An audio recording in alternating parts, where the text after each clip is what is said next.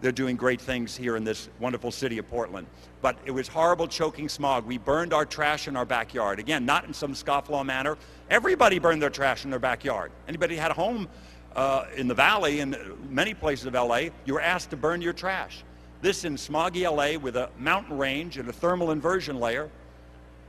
And we had horrible choking smog. By 1970, I said enough, and I got involved. I wanted to do something. I wanted to do something to honor my dad. I wanted to do something to clean up the air. And I bought an electric car. I started recycling. I started composting. I started buying all biodegradable soaps and detergents. I changed my diet to healthy stuff. And what happened next, I didn't count on. I was doing stuff for the environment. I wanted to be green. It was the first Earth Day. Thought it would be good. I didn't count on what happened next. I started to save money. It was good for my bottom line. In 1970, by the way, I didn't have St. Elsewhere. I didn't have a TV series. I was a struggling actor. My dad had died. I couldn't go to him for a handout anymore. I was pretty broke. But I did that. I bought an electric car. I don't think a fancy electric car like the EV1. It was $950. When I say car, I'm being quite grand. It was a golf cart with a windshield wiper and a horn, okay? It was a Taylor Dunn. It had a tiller. It didn't have a steering wheel. I'm not making this up. You can look online, Taylor-Dunn, D-U-N-N-E. They still make electric cars. I bought one in 1970, and I drove it around. And it was simply cheaper plugging it into the wall, the electricity, than it was buying gas, even in 1970 gas prices. And it was much cheaper to service. There was no tune-up or oil change or valve job or radiator flush or smog check. It was cheap. And recycling was certainly cheap. Composting was cheap. Growing my own food was cheap. All this stuff was cheap. Everything that I did, I got some energy efficiency little program going. It put money in my pocket. I went, what's up with this? Maybe my dad was smart. He didn't use the word environmentalist, but he was one. He was Irish, and he'd been through the Depression. He turned out the lights and saved string and saved tinfoil, and he threw nothing away. Environmentalist. Just Irish and cheap like me. Thank you. There's some Irish people out there. We'll have an Irish 7-course dinner in a while. A 6-pack and a boiled potato. But I'll tell you, I did all this stuff and I started to save money.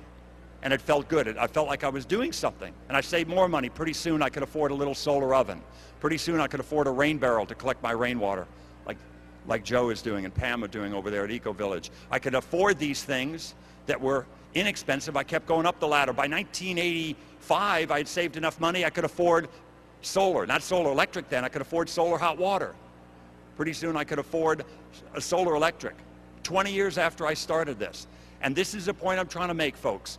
Many of you out there saying, hey, I can't afford solar today, and I understand that. I understand a lot of people can't afford solar, but can you afford a light bulb? Can you afford, a Max Pass, a public transportation pass? Can you afford to ride a bicycle when weather and fitness permit? Can you afford to buy an Energy Star appliance if you're going to buy something anyway? Can you afford some gardening? Can you afford to compost? Of course you can. All that stuff, compost, dirt cheap. Talk about cheap. Cheap and easy. You pick the low-hanging fruit first. You don't run up Mount Everest. You do the cheap and easy stuff. I didn't. I couldn't afford any stuff expensive in 1970. I picked the low-hanging fruit at the time, and I moved up, and I could do more. And I saved money, and I could do more. Pretty soon, as I said, in 1990, I could afford solar panels and a much nicer electric car. And now, I drive an electric car around LA. For longer trips, I take my wife's Prius. And it's not that I have a lot of money, but I have something I think better than a lot of money. I don't need a lot of money. I can get, thank you, can I have a hand for that? And believe me, they think it's nutty still in Hollywood, but back in 1970 and 1990 even, they thought it was real nutty. A 1,500 square foot house in Hollywood, they thought I was out of my mind. Everything's big in Hollywood and everything's grand. And I thought, no, this will be good. I won't, have to worry about things in the future. And it was. It's good for my bottom line. I have lots of friends who went for the big mansion, the crazy house, and what have you. And then they couldn't afford it, and they lost their house because the TV series was canceled. They stopped getting the movie work. No matter what happens now, I'm fine for the rest of my days, not because I have a lot of money, because I don't need a lot of money. What could be better than that?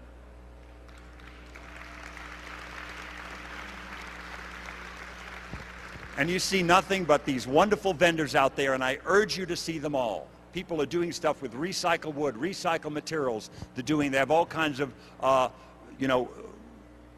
energy efficiency things, weather stripping and good insulation. There's amazing technologies out there. Solar tube, there's a great technology. There's no, these energy efficient lights are fine, but the solar tube, you're using sunlight to get wonderful light. It's like a skylight on steroids. It's this brilliant lighting system that uses daylight. Even on a cloudy day, I'm telling you, it comes in so bright because they have these like Fresnel lenses and stuff. There's wonderful technologies there. Look at all these vendors. This is where our future lies.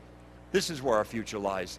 I'm really convinced that we can do this, that we can clean up the air, lessen our dependence on Mideast oil. And you talk about national security. I can't imagine anything better for our national security than lessening our dependence on Mideast oil. 15 of the 19 hijackers had Saudi passports.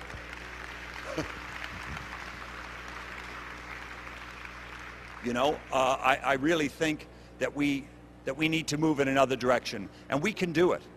We can do it. I see nothing but success stories. Nobody went broke doing this. There's companies that have made a lot of money. You look at some of the companies that have done very well in recent years and weathered the dot-com bubble and when that burst and everything. There's companies, and a lot of these environmental companies have done very, very well, and you see many of them out there. You see big window companies like Anderson out there, with their double pane windows, energy efficient windows. Companies big and small doing things that are really good for our future and for our children's future. Because otherwise, how will our children judge us if we continue on this party, just continue to party on and use all our precious resources and leave them with a denuded landscape and a diminished future? I don't think they'll judge us very well.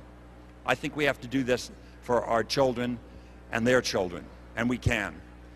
Now, I'm going to take questions now because I don't want to ramble on with just a speech. I want to take your questions and hear from you folks, because that's the best part of this. If I just speak up here all night, I'll bore myself to tears. I know you're going to have questions, and I want to hear them now. And thank you, Portland, so much for having me here tonight. Thank you. Here all